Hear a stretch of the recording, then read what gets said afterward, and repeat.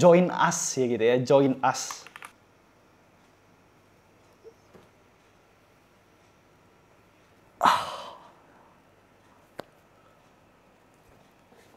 Shit.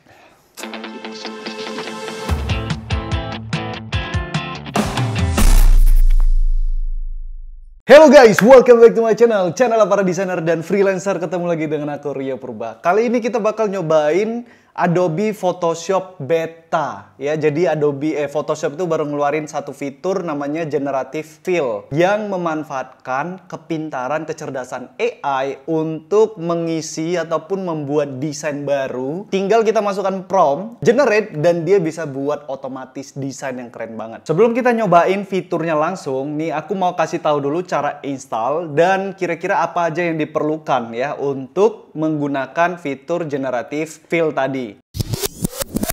Pertama, kalian buka Creative Cloud kalian, klik di All Apps ya, pastikan Photoshop kalian tuh up to date versi yang terbaru ya. Jadi di sini ada other versions. Nah, Photoshop kalian tuh sudah terupdate yang terbaru 24 versi 24,5. Dan ini memerlukan storage yang cukup gede di harddisk kalian. Jadi pastikan kalian punya space yang cukup besar ya. Yang kedua, Generative Fill AI ini itu bakal masuk ke Adobe Photoshop Beta ya. Jadi dari All Apps kalian pindah ke menu Beta Apps. Nah, di sini ada kalian temukan Photoshop Beta. Nah, Photoshop Beta ini bisa jalan, bisa aktif semua fitur AI-nya kalau kalian itu OS-nya yang terbaru. Nah, aku kan pakai Mac ya, aku sampai update ya Mac OS Ventura yang terbaru teman-teman. Karena sebelum aku update OS-ku, itu aku versi 11, sekian, itu aku jalankan, Photoshop Betanya bisa terbuka. Tapi fitur Generative Fill-nya itu nggak bisa jalan, nggak bisa diklik teman-teman. Jadi aku update Mac OS aku ke Ventura yang terbaru dan aku coba install lagi Photoshop Betanya. Setelah dua persyaratan ini udah beres, kalian tinggal klik install aja seperti yang ada di sini ya. Ketika selesai install, maka Photoshop Betanya akan nampil di urutan paling atas. Kalau udah gini gimana? Kalau udah gini kita tinggal open aja. Nah, ini dia tampilan Adobe Photoshop Betanya. Overall nggak terlalu berbeda dari Photoshop yang biasa ya. Kenapa ini membutuhkan storage yang gede? Karena kita bakal diinstalkan dua versi Adobe, ya Adobe Photoshop dan Photoshop Betanya. Nah, jadi storage-nya perlu gede. Jadi itu aja, langsung aja kita cobain fitur Generative Fill-nya.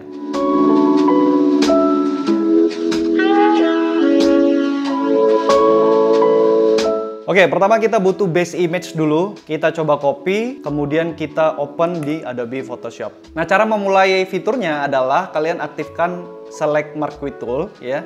Kemudian di sini kalian seleksi bagian mana yang pengen kalian modifikasi atau manipulasi. Let's say di sini ya. Nah, dia akan otomatis muncul kotak dialog kayak gini. Kalian tinggal klik Generative Fill. Kalian tinggal masukkan. Ini English only ya, jadi masih terbatas untuk bahasa Inggris aja dulu. I want to see a shark. Coba promptnya seperti ini, kita coba generate ya.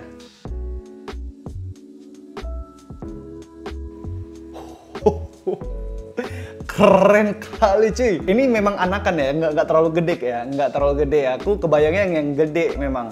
Yang aku pengen highlight di sini adalah kalian lihat ini suasananya itu kayak pantulan sinarnya itu kayak membentuk pattern-pattern kan, dan itu teraplikasikan ke atas hiunya cuy, ke kulit hiunya. Tema warnanya itu sama cuy, gokil nih ya. Nah, kalau kita nggak puas dengan hasil ini, kita bisa klik di sini ada pilihan ya. Jadi di sini kita klik arrow-nya, next variation.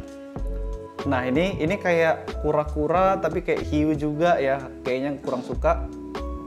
Nah, ini keren cuy. Oke, tapi kalau kita kurang puas, kita coba edit lagi promptnya. I want to see. Jadi aku berharapnya ada hiu yang menghadap ke kamera ya, menghadap ke depan gitu.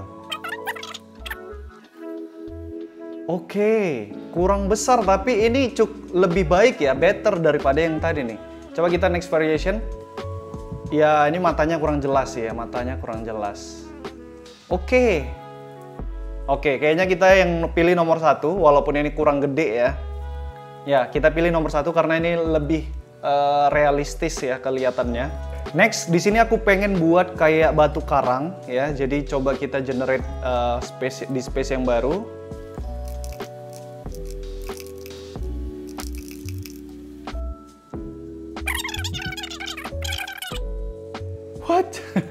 Lah, kok hiu lagi cuy?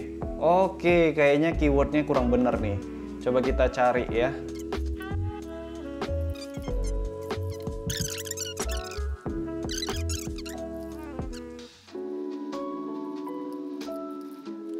Nah, kalau kita bekerja dengan AI itu kayak gini cuy. Jadi nggak segampang yang kita kira gitu ya. Jadi kalau kita masukkan keyword-keyword yang nggak pas, yang nggak kena, maka dia akan mengenerate random image aja teman-teman. Jadi, nah ini baru dapet ya. Oke, ini terumbu karang tapi kayak di depannya kayak ada moncong hiu ya kan. Coba kita, ini kurang realistik. Oke, kayaknya aku pilih nomor 1 nih. Nah, ini lebih bagus dan ini looks realistic cuy. Jadi kalau kalian berpikir klien kalian tuh bakal diambil AI, nggak semudah itu ya. Itu ribet cuy, untuk masukkan kata-kata yang tepat tuh ribet. Dia harus coba lagi, dan yang namanya pengusaha atau klien itu pasti nggak punya waktu. Mereka nggak mau ribet-ribet yang ngerjakan gitu.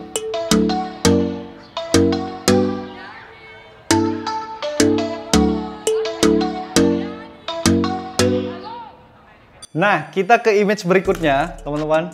Aku ada ide yang bagus ya. Aku teringat itu zaman dulu ada meme designer ya. Klien udah pesen desain ya tentang hewan atau gajah gitu kan. Dan bagus sih desainnya, tapi kliennya pengen gajahnya ini diputar jadi hadap belakang. Lah itu gimana ceritanya kan? Sekarang dengan adanya AI di Photoshop, kita bakal coba cuy. Kita akan balik nih gajahnya. Apakah bisa cuy? Kita coba lihat ya.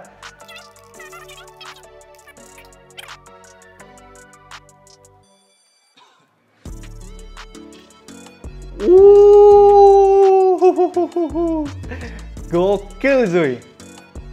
Walaupun di sini agak cacat ya kan. Di sini kayak ada kepalanya dan di sini ada kepalanya juga. Ini kayak double gitu cuy. Cuman kita coba akan lihat variasi berikutnya. Terlalu ini ya, terlalu kayak generated kayak badak juga cuy. Kita coba lihat lagi. Nah, ini yang aku cari cuy. Gokil memang, gokil AI-nya cuy. Gokil. Kalian lihat nih di bawah, bagian bawah itu sampai ketutup kakinya itu betul-betul kayak ketutup rumput juga cuy. Jadi kayak menambah kesan aslinya teman-teman. Dan sekali lagi ini Photoshop-nya mengenerate di layer yang baru. Jadi kita bisa balikkan ke layer sebelumnya cuy.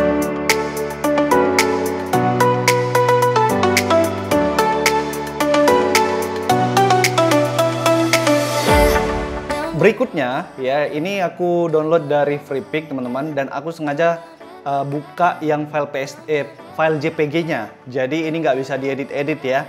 Nah, aku penasaran kalau tadi objeknya itu seputar photo manipulation ya, dan sekarang kalau kita masukkan elemen desain, dia bisa nggak? Generative fill ini bisa nggak ya? Remove the persons.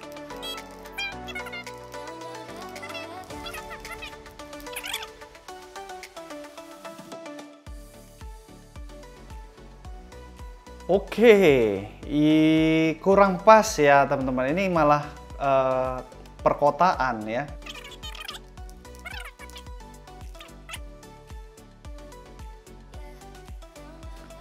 Oke, gokil cuy.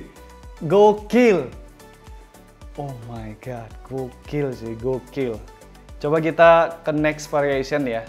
Kenapa aku bilang gokil ya? Kalau fotonya ya belum terlalu dapet lah ya, kurang bagus lah ya. Tapi yang buat aku amazed itu, yang dari tadi aku bilang gokil itu adalah kalian lihat di bawahnya cuy. Jadi aku tadi berpikiran ini dia pasti nggak bisa ngikutin kayak efek koyakan kertas ini gitu. Dia hasilnya mengenerate gambar, terus dia petak atau persegi biasa aja bawahnya. Tapi kalian lihat dong cuy, dia bisa ngikuti efek koyakan kertasnya. Gokil. Jadi dia bukan hanya bisa bisa mengenerate image, tapi dia bisa mengikuti efek yang ada di belakang di original image-nya teman-teman.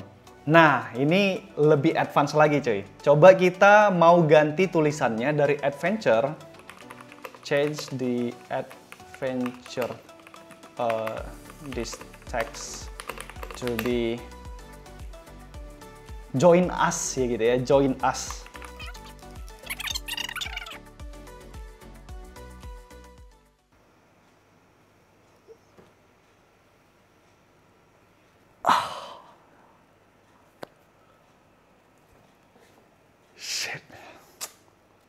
Speechless aku, nggak bisa ngomong apa-apa aku kalau kayak gini. Udah, gak usah ngedesain lagi cuy. Biar ini Photoshop aja yang ngerjakan semua AI-nya cuy. Join us now. Dia bisa menulis dong cuy. Dia bisa nulis dong. Coba kita next variation. Gila. Dia bisa ngasih warna sendiri. Join us now. Ya walaupun belum terlalu ini ya. Belum terlalu perfect. Join is us now ya. Tapi dia bisa nulis tulisan. Gokil ya. Gokil. Gokil cuy. Dan warnanya bisa dia ambil cuy. Itu tadi warnanya warna coklat kan. Coba sebentar ya.